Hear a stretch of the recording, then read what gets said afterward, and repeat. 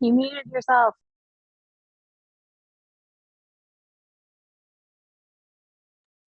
Thank you. Yes, welcome back, everyone. It's good to be with you, no longer muted.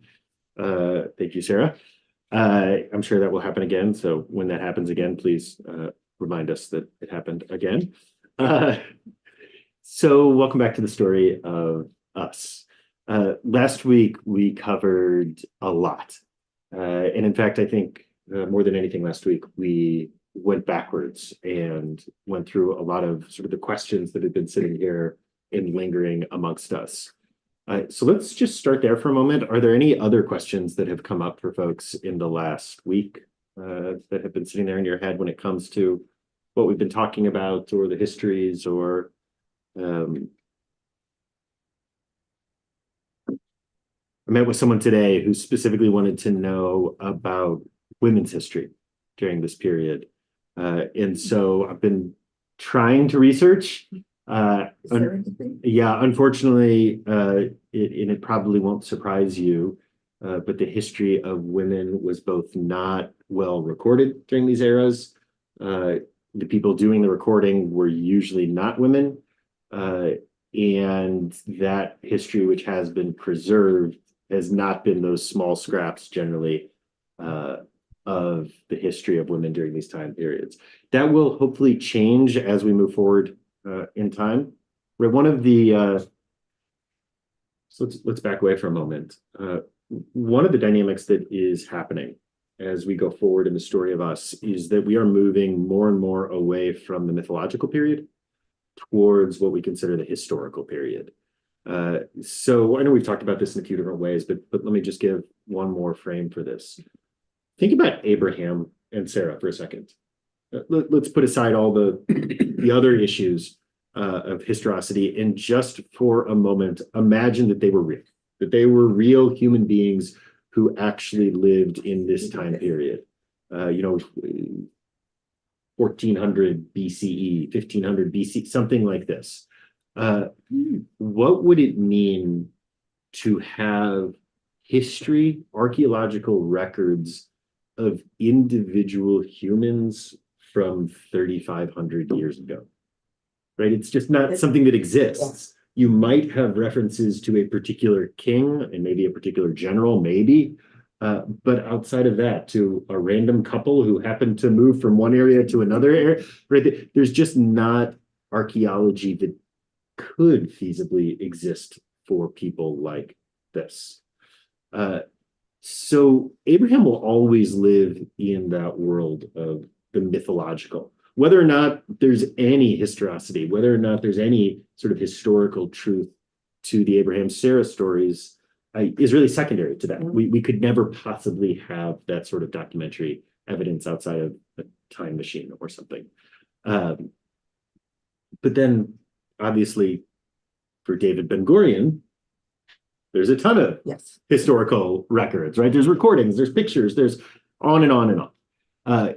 In between these moments is really a sliding and gradually more historical and less mythological set of records. And that's going to change how we tell the story and the story that we are telling. I think it's been clear up to this point, though I'll say it again, just in case, that we are certainly trying to give you the best understanding as scholarship knows of these early moments. But also there's lots of places where there's real debate and disagreement amongst scholars, or whether there's just simply not much evidence there, and we're really having to sort of read the tea leaves of history in order to tell this story. And ultimately, what we are doing in Story of Us is not history. It is mythology. In fact, in some level, I think what we're doing is theology, a Jewish theology, a Jewish cosmology, right? This is not just the story of the Jews, but I think it's my version of what it means to be Jewish, the meaning behind it. So did that all make sense, what I just said? Any thoughts or questions on that? And we're going to keep going forward in history, but yeah. I do have a question. Ask away. I saw the cylinder from Cyrus the Great Ah, cool. that was apparently taken by the British Yeah. in Iraq and taken to the British Museum. And If was you want to see the on great loan to historical India things when of I the saw it. world, go to England. My Yeah. memory of it is that the writing on it was cuneiform. I think that's right. And I thought we talked about the writing at that point being a script that Aramaic, had yeah. come from the Phoenicians that went to Babylon, which would have been in Iraq, modern Iraq, and that's where the scroll, the cylinder was found. Would have been found. Yep. So I think we talked about this a little. Is it possible we talked? The short version of this, as far as I know, is that languages are always tied to nationalism. And right, in fact, we did talk about this because I made my favorite joke of what's the difference between a language and a dialect, and the answer is an army. But right, that's what I think we're seeing here. That Aramaic is the lingua franca of this area, and Aramaic is like saying Romance languages rather than saying Portuguese.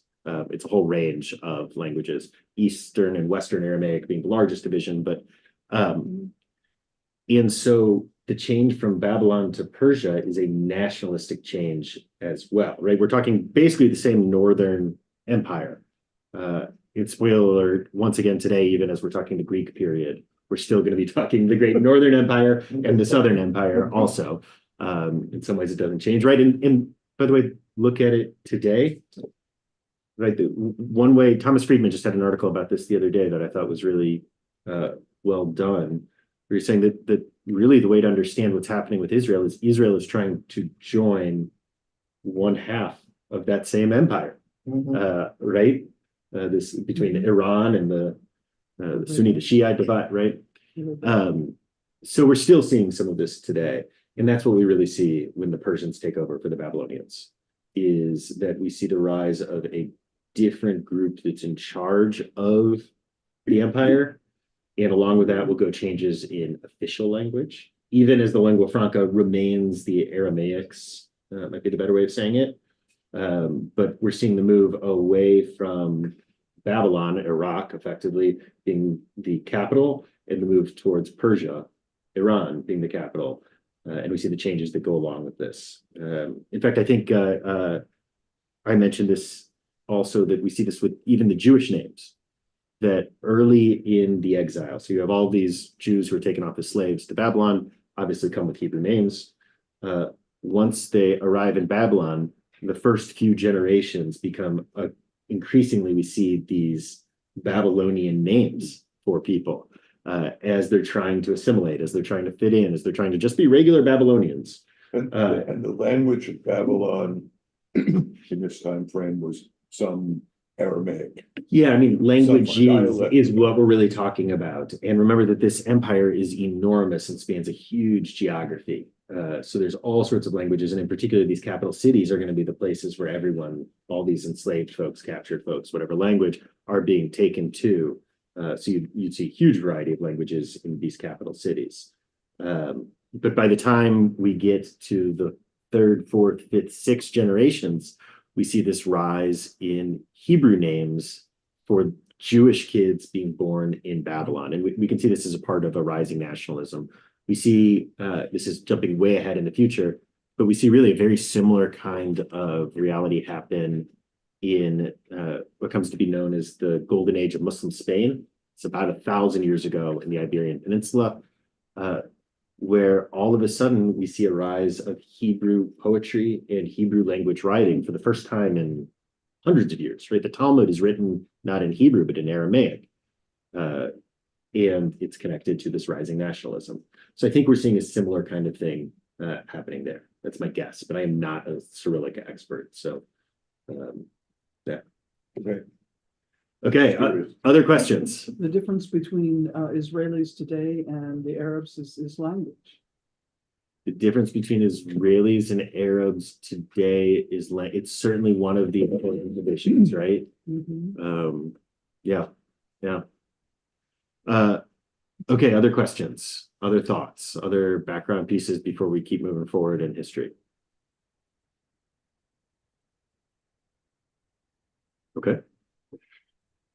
So last week we ended around the 5th century or so.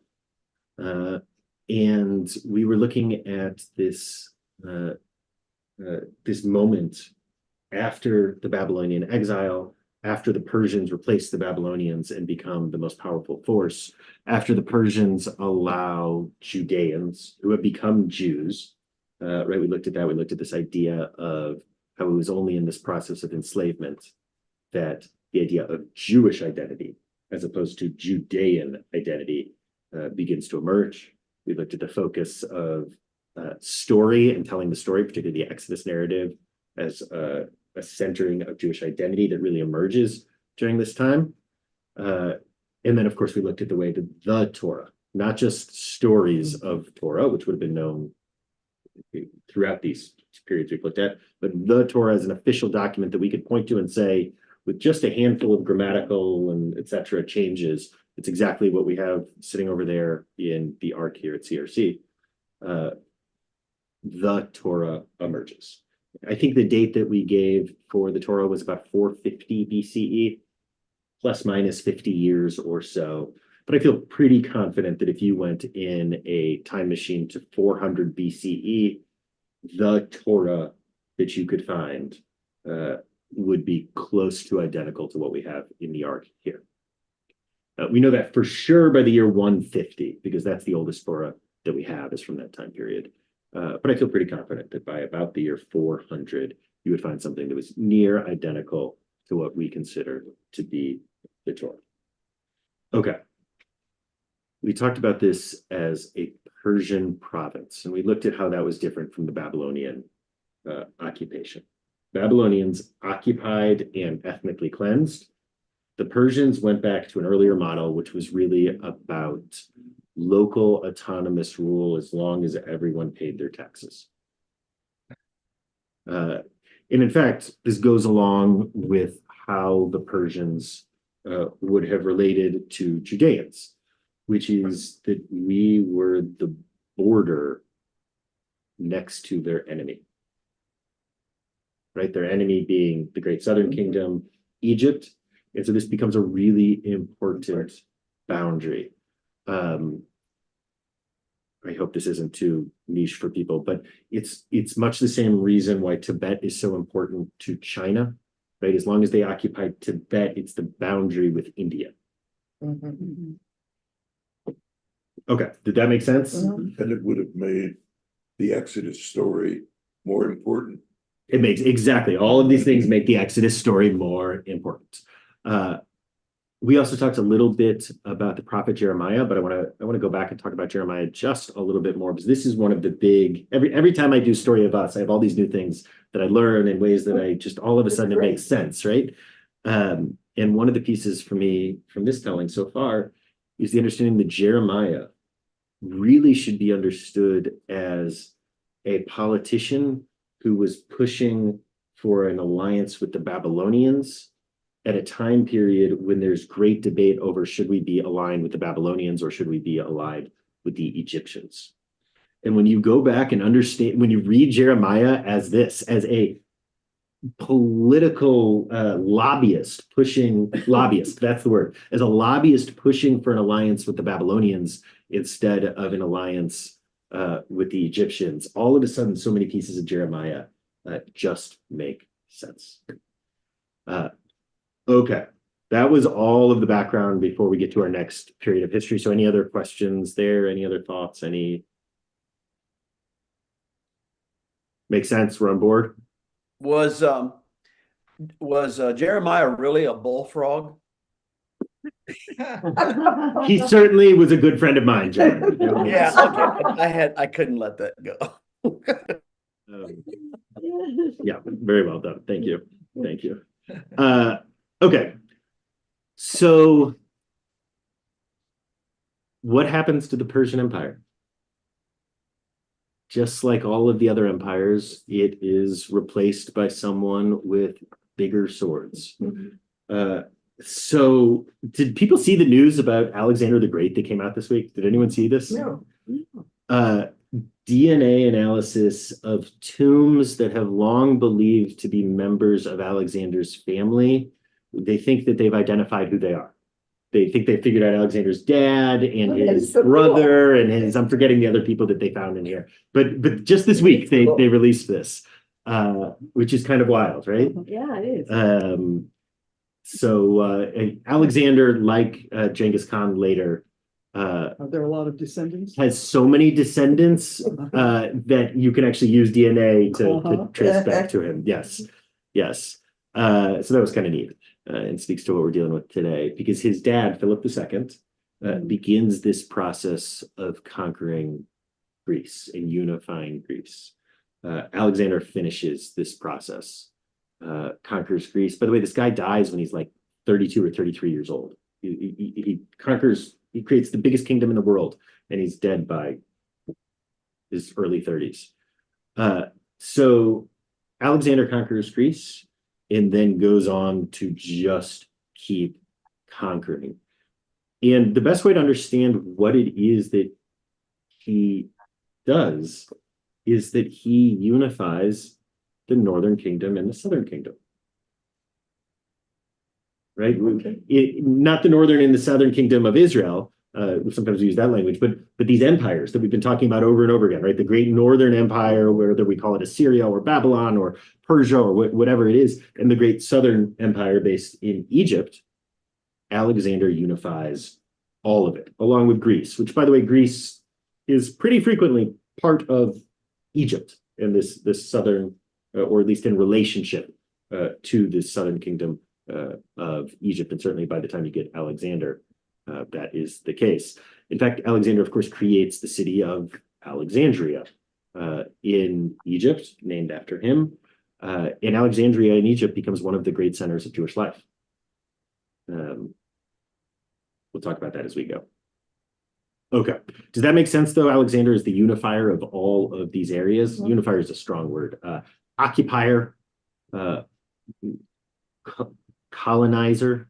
Colonizer is probably actually the best word we can use here, right? And an appropriate word for how we're talking about today, where there is so much rightful focus on the ways of European colonization, but I think in some ways a historical blindness to the fact that colonization, unfortunately, is an ongoing and constant process that has happened, whether we're talking about Alexander's colonization or the later Muslim and Arab colonizations, or over and over and over again, right? Time period. So right now, when we're talking about Alexander, we are talking about the 300s BCE. I want to say Alexander conquers Israel in like 332 BCE, and he's dead a decade later. By the 320s, he's dead. Okay. So Alexander comes through, conquers what we know of as Israel, which again, to Alexander would not have been an important place other than the strategic importance of the land bridge between the northern empire and the southern empires that he has combined there. Let me give you just sort of another metaphor here. Imagine if the story of World War II that we had 1,000 years from now was entirely centered on the experience of Micronesia. And that's the equivalent of the fact that we are telling the stories of these two great empires by focusing on the Judean Jewish story, right? From the perspective of both of these empires, we were unimportant, backwater, barely noteworthy, other than the fact that, like, if you wanted to invade the other one, you had to go through us. It was just strategic. Exactly. It was location. And in fact, the idea of giving this group, our group, the Judeans, some autonomy was often about the strategy of loyalty around the border. You want the people who are on your border to be most loyal to you, and giving them autonomy was often a good way of doing that. When that didn't work, repressive military rule was generally the other option that was brought forward. Okay, make sense? Thoughts, questions? So Alexander conquers these areas. and begins a process that we now call Hellenization, which is Greek colonization, Greek cultural colonization.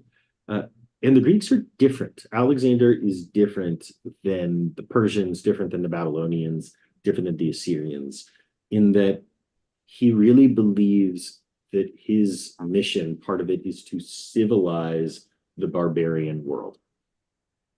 And Judeans were barbarians.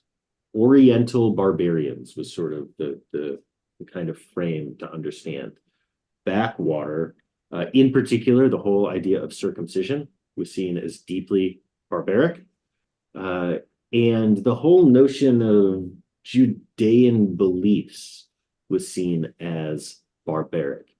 One of the great Jewish philosophers that comes out of this time period, Philo, it comes a little later, but do folks know Philo? Is that a name? Philo of Alexandria, so a little later here. But Philo's job essentially is to sell the Greeks on how Jewish monotheism is a precursor to the civilization that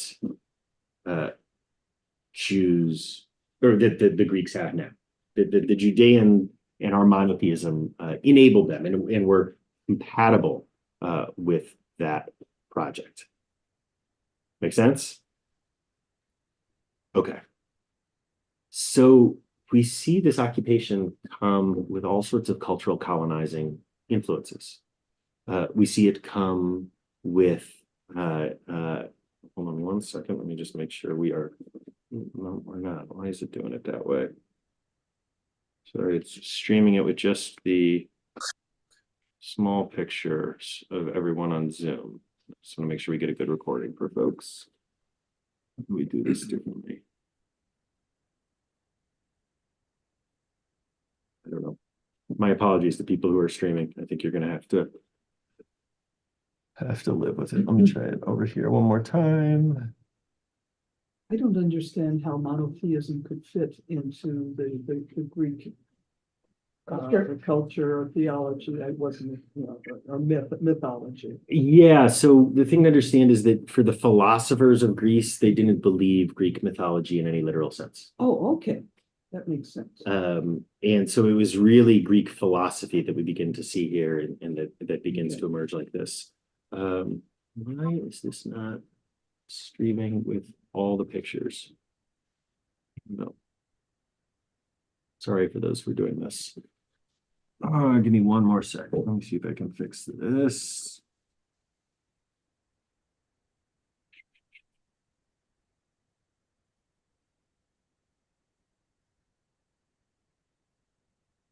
Maybe this will do it. Let's see. Maybe. No. I don't know. I give up. Sorry, streamers. I'll make it better for you next week. Okay. So I totally lost my spot now. I get so involved in that. Going backwards. Greek philosophers in Philo of Alexandria. Greek philosophers, Philo of Alexandria. So we see this intense pressure to assimilate. And that comes out in all sorts of ways. One of the most extreme ways we see is there are all these gymnasiums that are built. And famously, you were naked in the gymnasiums when you were competing. And so what happens is that we see it becomes obvious who is Jewish and who is not based on circumcision. And we see a huge downturn in the number of people with penises who are circumcised. We also see archaeological evidence for attempts to reverse circumcisions. I don't totally understand how it is exactly that this worked, other than I've been told that it has to do with pulleys and ropes and stones. Again, I don't understand the mechanics of this, but use your imagination, friends. Sounds like fun. Circumcision itself at that point would have been a little brutal. Yeah, though again, circumcision would have been done at the age of 8 days. With what? Probably No Flint. steel. Yeah, probably Flint. Okay. So we also see these academies that begin to spring up. We see all of these signs of Greek culture that become centered within Jewish life and within Judean life. But pretty quickly after Alexander conquers all of these places, the empire falls apart and it turns into three different kingdoms. It should come as no surprise that one of the kingdoms is the northern kingdom and that one of the kingdoms is the southern kingdom, and that actually the history of Judea during this era is the history of the northern Greek kingdom and the southern Greek kingdom going to war with each other over Judea, back and forth over and over again, which is to say that the Greeks are in charge of both of them and nothing has changed when it comes to the broader geopolitics of it all. I have a map, let me put up for folks.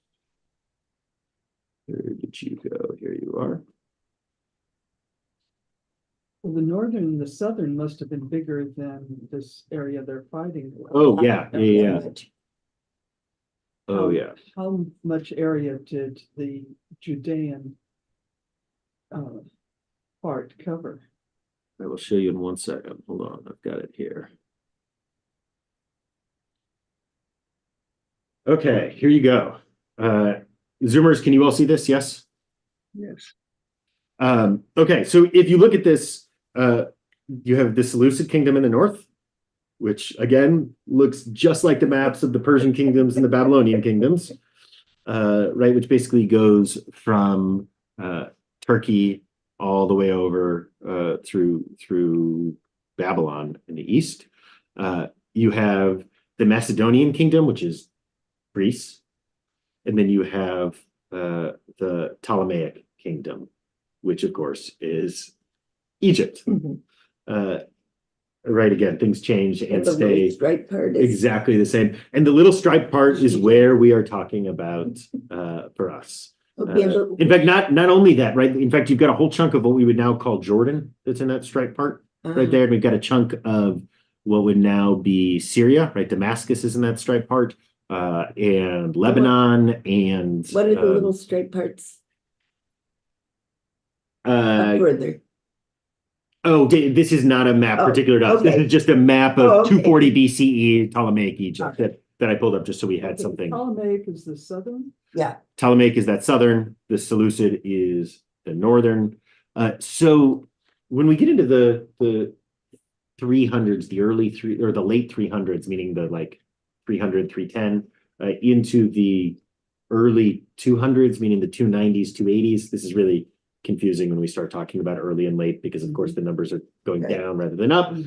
So let me say this again. When we get into the period from like 310 until 270, I'm just making up some dates here for a moment to give us a range.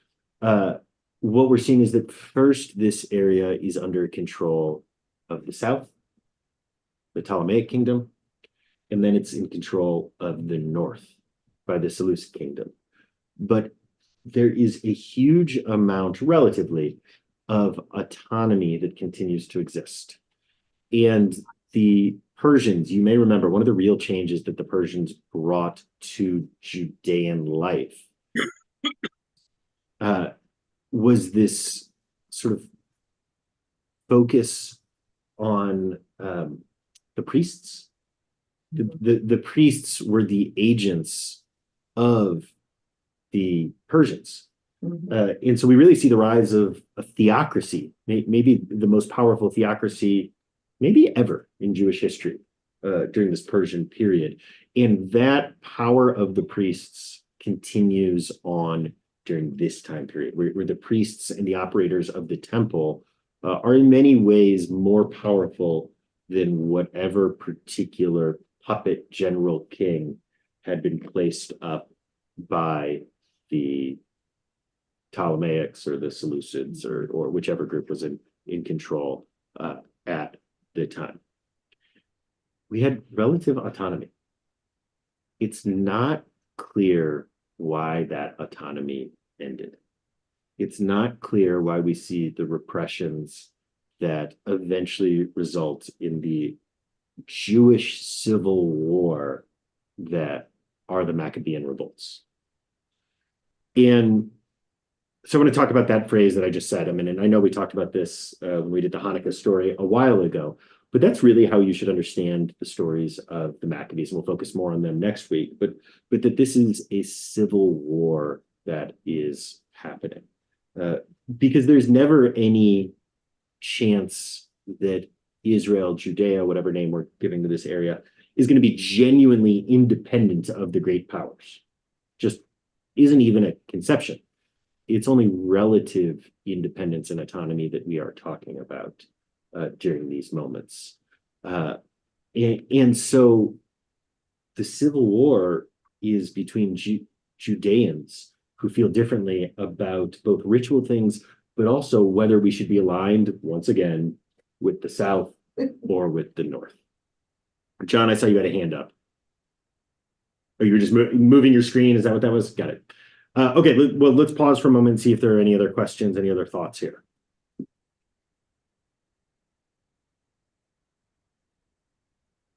Nothing? It's also straightforward and easy. Okay. So we see this area. Oh, Miriam Raskin is requesting meeting summary. I can turn that. Oh, it's not going to let me turn that on right now, Miriam. I'm sorry. I think I can turn on captions, though, if that's helpful for folks. Yes, I think you should be able to do captions now if you'd like them. Okay. So does anyone know the literature that emerges from this period? What's the most famous piece of Jewish literature that comes out of this period? Is this when Ecclesiastes comes out? Or Ecclesiastes is probably is written around the very early part of this period. Ecclesiastes seems to emerge sometime between the Persian period and the Greek period. So right in this section. and Job as well? Or- Job, we have much less of a clue on. Okay. We haven't talked about Job much, but Job, as well as one of the other pieces of literature here, the book of Daniel. But Job as a figure and Daniel as a figure appear to be ancient Middle Eastern, Levantine, whatever word you want to use here, mythological figures that perhaps even predate Jews, or certainly seem to exist beyond just the scope of Judeans. Job, right, is never even referred to as Jewish. So it's not entirely clear, but these are broader stories that are brought within the Jewish context. No, the greatest piece of literature that we get out of this is the Greek translation of the Bible, of what's known as the Septuagint. So the Septuagint, until the discovery of the Dead Sea Scrolls, was the oldest copy of the Bible that we had, which is kind of wild to think about, right? We know that the Bible is originally written in Hebrew, or almost overwhelmingly in Hebrew, right? There are a couple of small sections that are not Daniel, the book of Daniel most notably. About half of it is written in Aramaic. But the Septuagint was preserved, and we had ancient copies of it. But the oldest version of the Bible, does anyone know this? What the oldest version of the Bible we had before the Dead Sea Scrolls were found? Remember, the Dead Sea Scrolls, we only found them 60, 70 years ago, 80 years ago. Yeah. The oldest copy of the Bible prior to that was only 1,000 years old. Which isn't to say that anyone thought that there weren't older copies, but we just didn't have them. So if you wanted to understand how the Bible had changed prior to 1,000 years ago, you had to look at the Greek. You had to look at the Septuagint. So the Septuagint has been incredibly important. It's also one of the signs of the burgeoning respect that Greek culture had for Jewishness and Jewish culture, was the fact that our great work of literature was being translated. Okay. The other thing that we get during this time period are what are known as the pseudepigraphas. Has anyone heard this word? So the pseudepigraphas, think of it as fan fiction written in the name of these characters.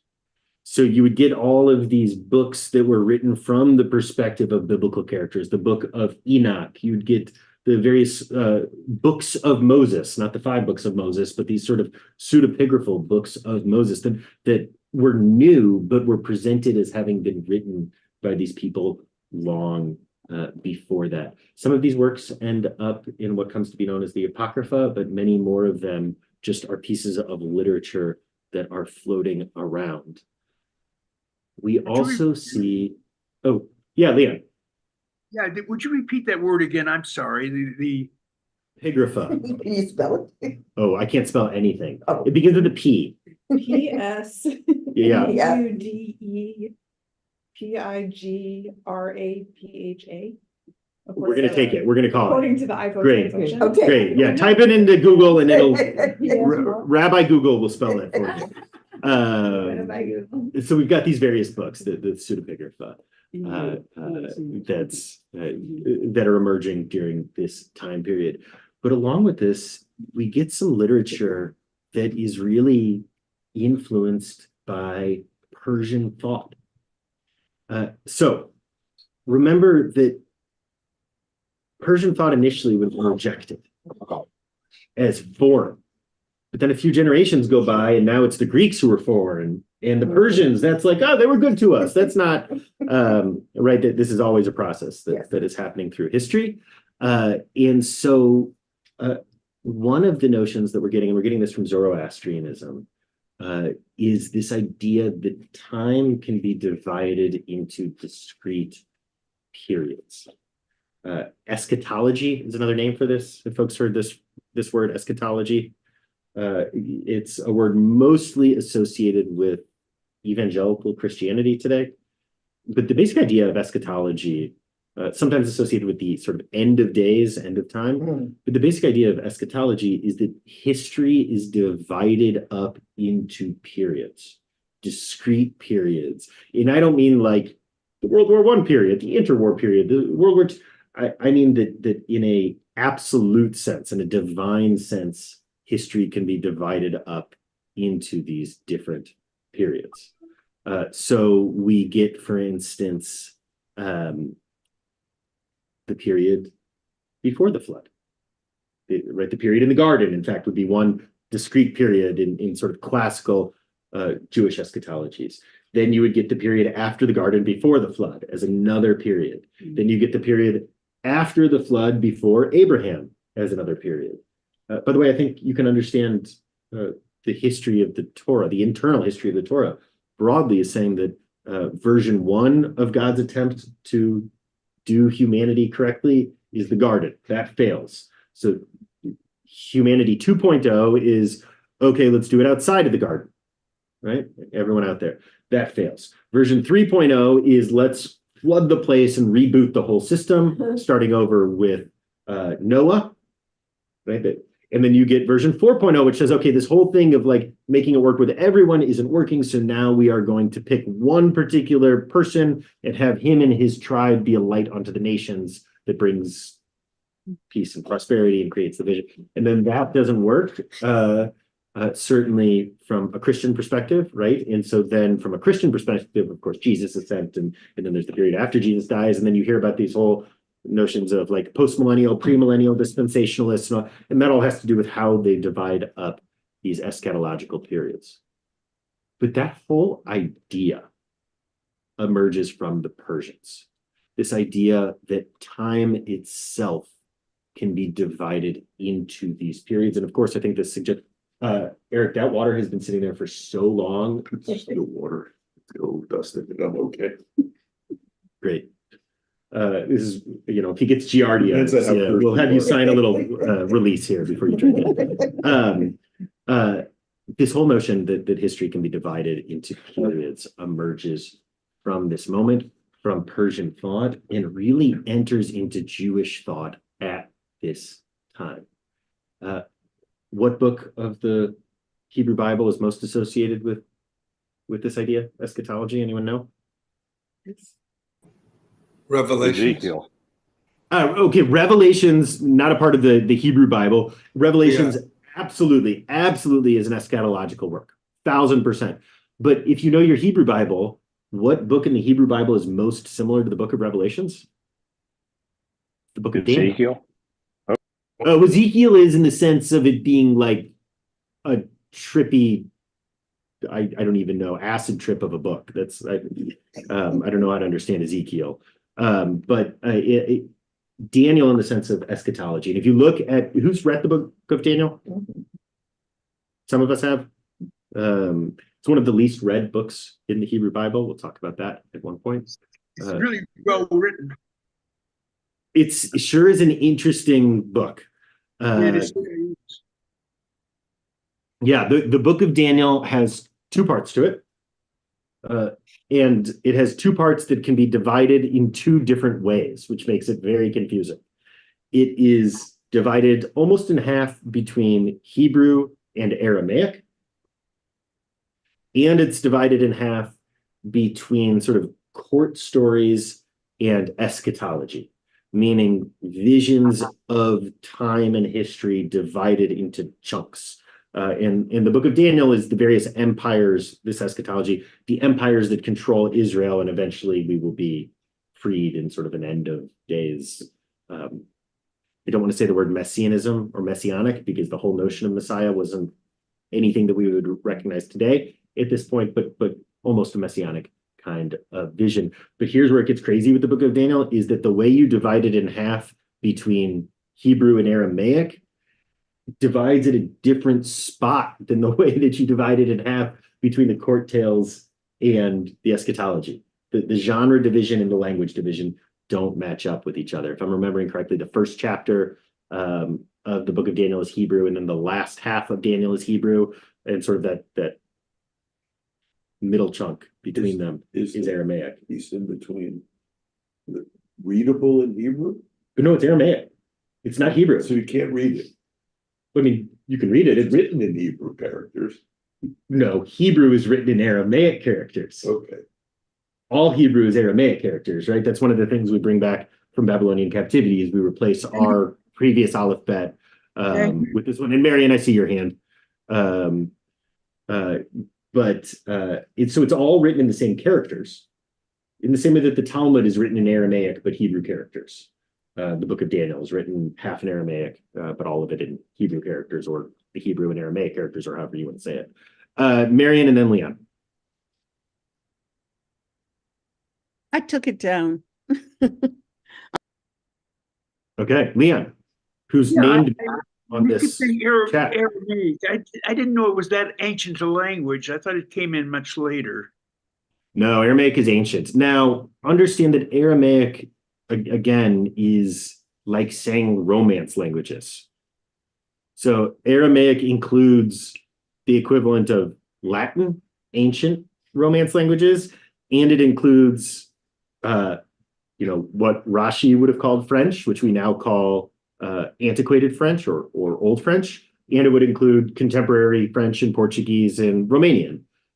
It's that wide of a span, and actually we're talking that long of a history too, right? The Talmud is written in Aramaic about 1,000 years, literally, after this moment that the book of Daniel is written in Aramaic.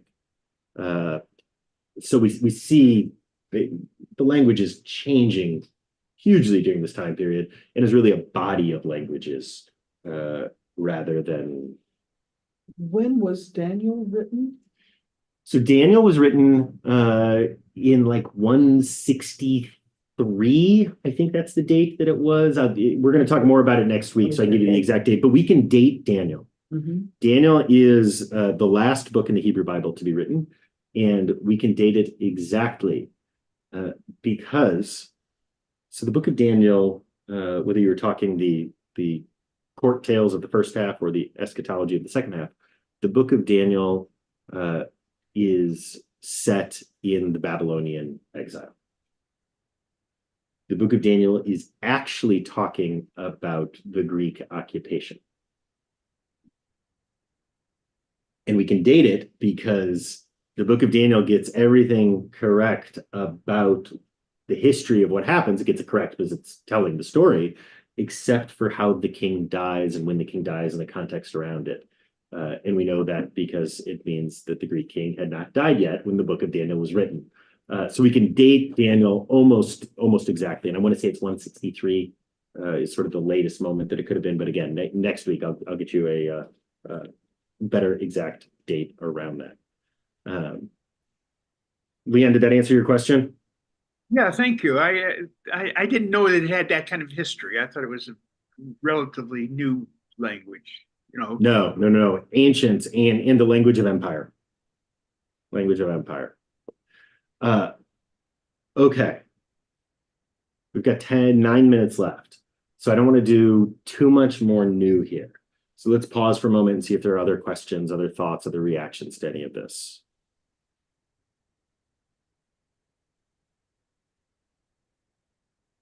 When you talk about the eschatological part, Eschatological. eschatological Yep. part of Daniel, what does that include? I guess I need to read Daniel. Yeah, you can go read Daniel. Uh-huh. It's a trip and a half to read. Maybe we'll talk a little bit about why. That'll be a good ending today. We'll talk why I believe that Daniel is not read anymore. Have I talked about that yet in our class? No. Great. But the eschatological part, the second half of Daniel or so, are all of these images of statues that have the feet of a bird and the head of a lion and and each of these represents the various empires that'll come and conquer the region. And there's one that's made out of iron, and then it's destroyed by the one that's made out of tin and destroyed by I'm getting all of these specifics that I'm saying right now wrong. It's been a while since I have read the book of Daniel.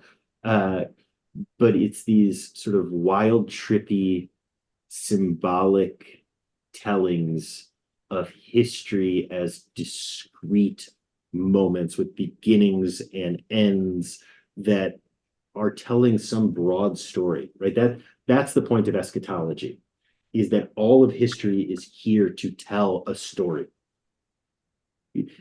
Again, eschatology is not so Jewish anymore, so let's talk about it in a Christian context, because I think it's easier for most of us to understand.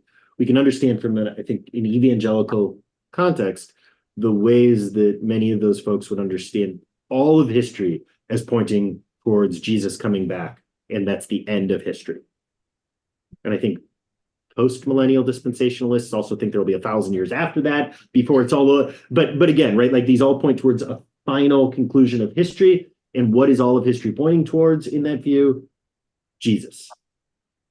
And Jesus' return and so on and so forth. So in a Jewish context, it would be the Messiah or not? So in Messianism, as we would understand it today, does not exist in this time period. There's something like Messianism, and we'll cover that more, but it's nothing like we would understand it today.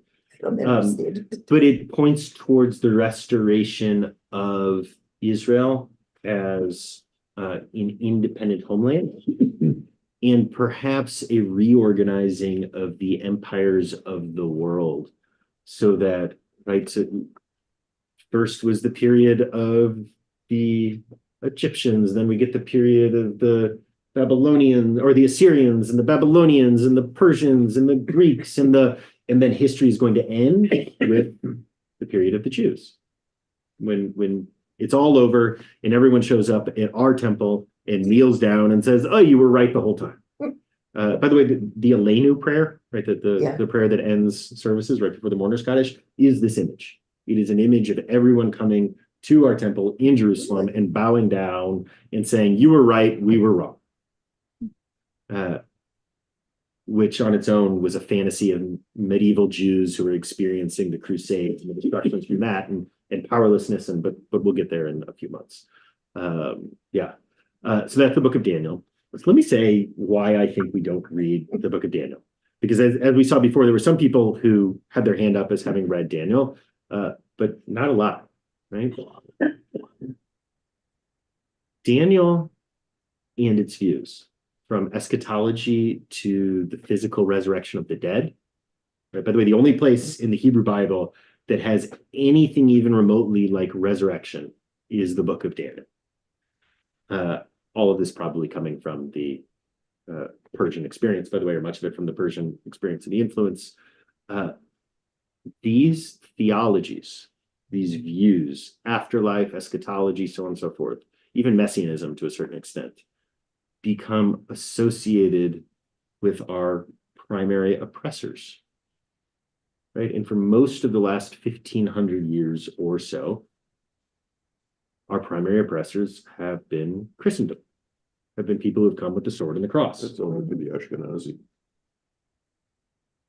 Yes, and actually it'd be interesting to look at Daniel's reception within the within the Sephardi world and the Muslim world. Yeah, I don't know any. That's an interesting. I'm going to go dig into that. That's a great question. That's a great question or a great observation.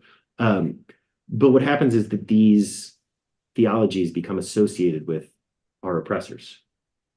And so the reason I believe that Daniel doesn't end up being a part of, right? It's not read at any holiday. It's not a part of any liturgy.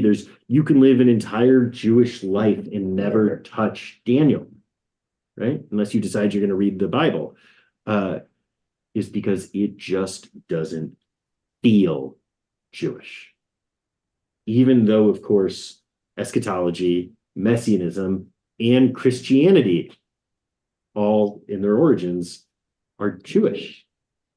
Which, by the way, as we move forward in history, and we're not far from it, we're going to look at the Gospels as Jewish literature, because they are.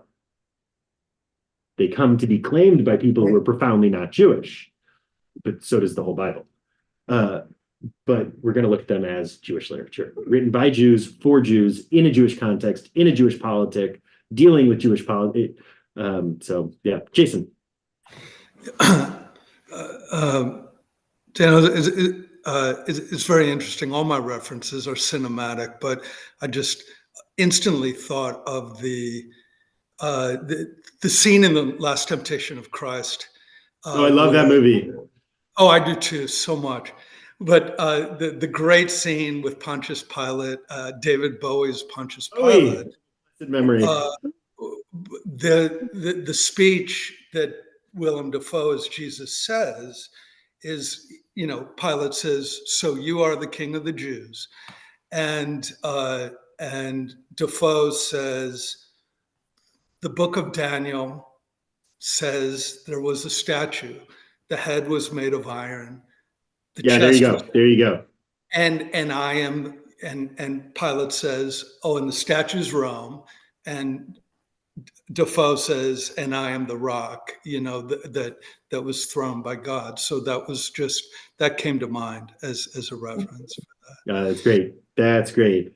And the way that Roman occupation, which comes after this moment, ends up being incorporated into these eschatological texts that wouldn't have even known for Rome, right? Rome didn't exist as a meaningful concept to the people who are writing Daniel, and then Rome becomes the symbol of it all. Yeah, that's great, Jason. Thank you. Thank you. Okay. Any other questions? Any other thoughts? Hey, Rabbi. Yeah. Hey, I had mentioned that book, Scribal Secrets, to you last week, and I wondered, one, were you interested, and two, have you already ordered a copy? I have not ordered it, and I should. Okay. Well, the reason I asked is I realized after we spoke last week, I have two copies. So it's all right with you. I'll send you my second copy. Oh, that's great. And we'll have it here in the library. So anyone who wants to page through it, we'll just keep it here. That'll be perfect. Yes, sir. Yes, sir. Thank you. Daniel, Rudy. can I ask a question? Oh, I'm sorry. No, Rudy, Rudy, do you have a question? Art, because if it's art. I made the drawing that you wanted. Oh, okay. Hold on for a second. Let's show it at the end. Paul. Okay, so I did read the book of Daniel, and it just sounds so far-fetched about the whole thing. And I'm thinking I don't even know if he really existed, but of course, they said he did. When he goes into into fire to grab his three friends, and he becomes a king, or and So it's yeah, just right. it just sounded just so far fetched about So that. Daniel again, and I mentioned it a little bit before, but Daniel is a mythological figure that we find throughout the Levant in ancient history, not just in Jewish Okay. context. Oh, okay. Become by Jews. And those court stories that form the first half of the book of Daniel are probably mostly collated traditions and stories that folks would have just sort of been floating out there when it comes to Daniel. But the overall theme, Paul, I think is really important, and you can see its relationship to Hellenism right there. Yeah, definitely. About staying true to your Jewishness in a place that is pushing you to not be Jewish, right? Think about the Right. story, on the lion's den and the food that they're going to eat or not eat, and whether it's ritually pure or not, or kosher or not. Right? It's very much this experience of how do you remain Jewish while living in a non-Jewish context. And this is a moment that it's the first time it would have even made sense to ask that sort of question. Because prior to that, it would have just been, what does it mean to be Judean? Right. And it's only after this Persian exile that we get, what does it mean to be Jewish?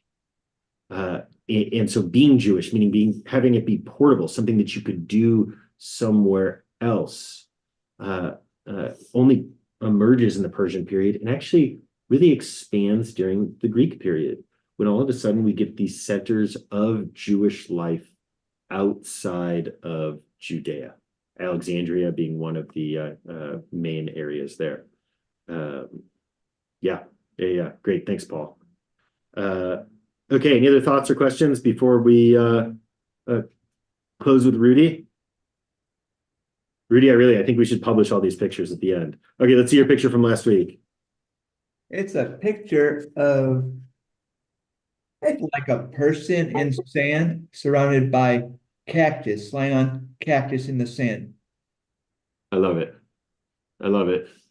Okay. Thank you. We look forward to next week's piece of art. Rudy, if somehow you could get me all those pictures, I can scan them in with the scanner, and then we can ship it out Okay. to everyone. I love it. Yeah. Bring him next time, Rudy, or maybe when we're all done, we'll bring him and whatever it So looks what like. do you want me to do next time? I think we got to have Daniel in the lion's den. All right, I'll do that. Okay. Good to be with everyone. Rabbi, it was just reported that Gene Carnahan died today. I don't know if But blessed memory. at age 90 in Creve Coeur. But blessed memory. Thanks for sharing that. that. Thanks for sharing that. I believe a friend of Rabbi Susan's. Yeah. Yeah. Take care. See everyone later. Thank you. What reaction? Any? Okay. Your Thanks you. Well, you are Jesus of Nazareth, aren't you? Yes, I am. Well, that's what they're saying. You are the king, the Messiah.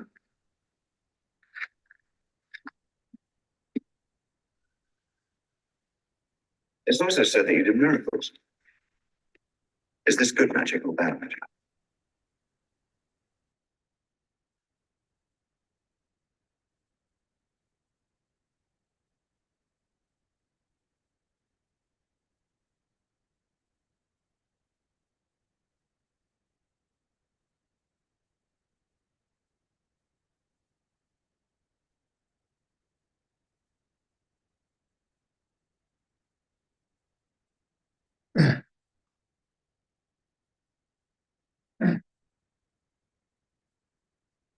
Our movie is Poor Things.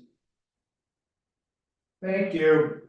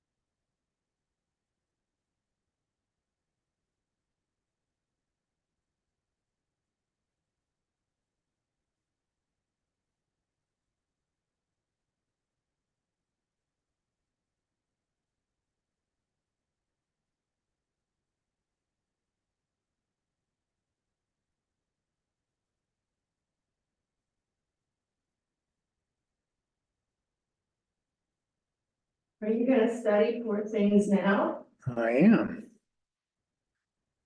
Can you do your medicine at the same time? Thank you for reminding me. It's more important. I can give you a tidbit of a story. In Victorian, let's see.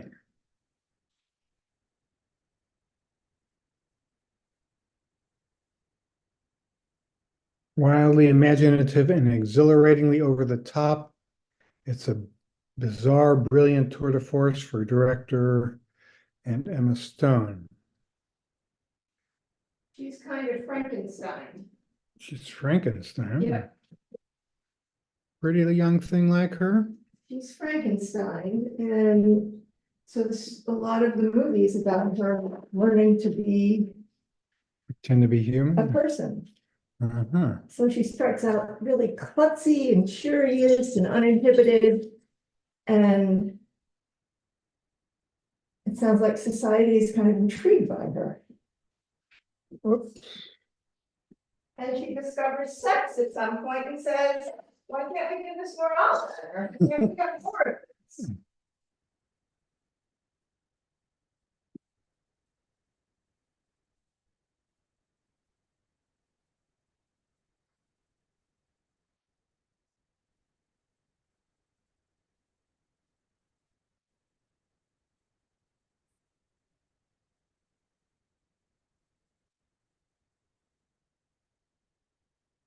All right, let's do my medicines.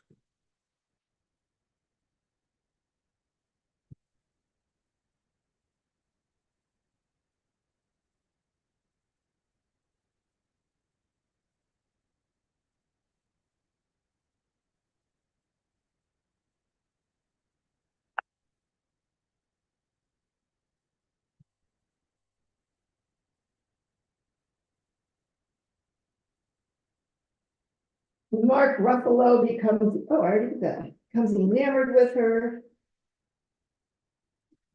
And he's kind of a cad, an exploitative cad, I understand.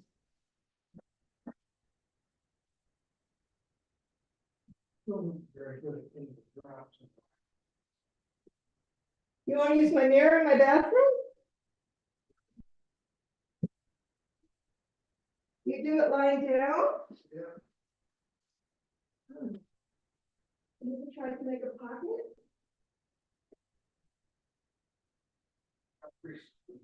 Okay.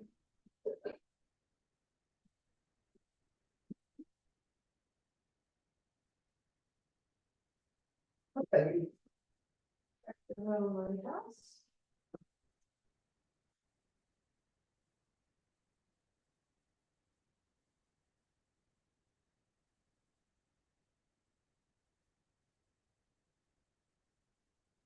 Say wait a minute or two. Do you have to do 2 drops? Pardon? I keep my eyes closed for a minute. Yeah, just 1 minute, just give it time to do whatever it does.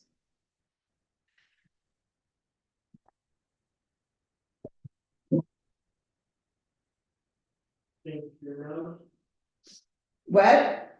You pinch the eye into your nose? I do not. Never learned that. Rain down some kind of not into your throat. Well, I'm not lying down when I do it. Maybe that's part of. I do it upright.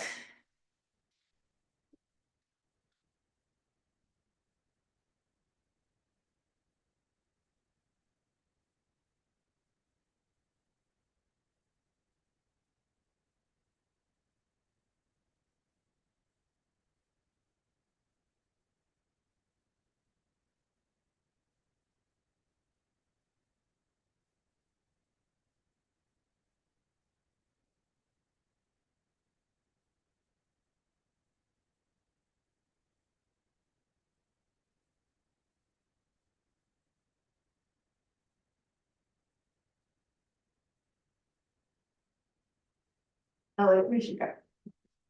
Give me one. 1 second for Elliot Rosenberg is a different measurement system than what I use. The medical student Max Canlis becomes an assistant to the eccentric Godwin Baxter. He falls in love with Godwin's ward, Bella, a childlike young woman. Godwin reveals that Bella, while pregnant, killed herself by leaping off a bridge. He resurrected her by placing her brain with that of an unborn baby, giving her an infant's mind. With Godwin's encouragement, Max asks for Bella's hand in marriage.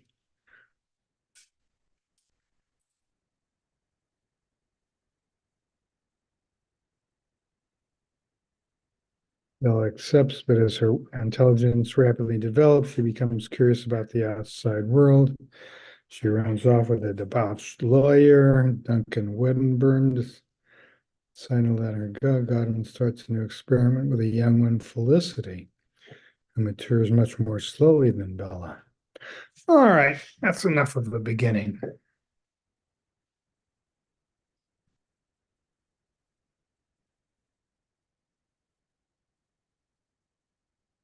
So Emma Stone is Bella. Victoria Ruffalo is Duncan Weddenburn. Defoe, Baxter, Yusuf is Max McCandless.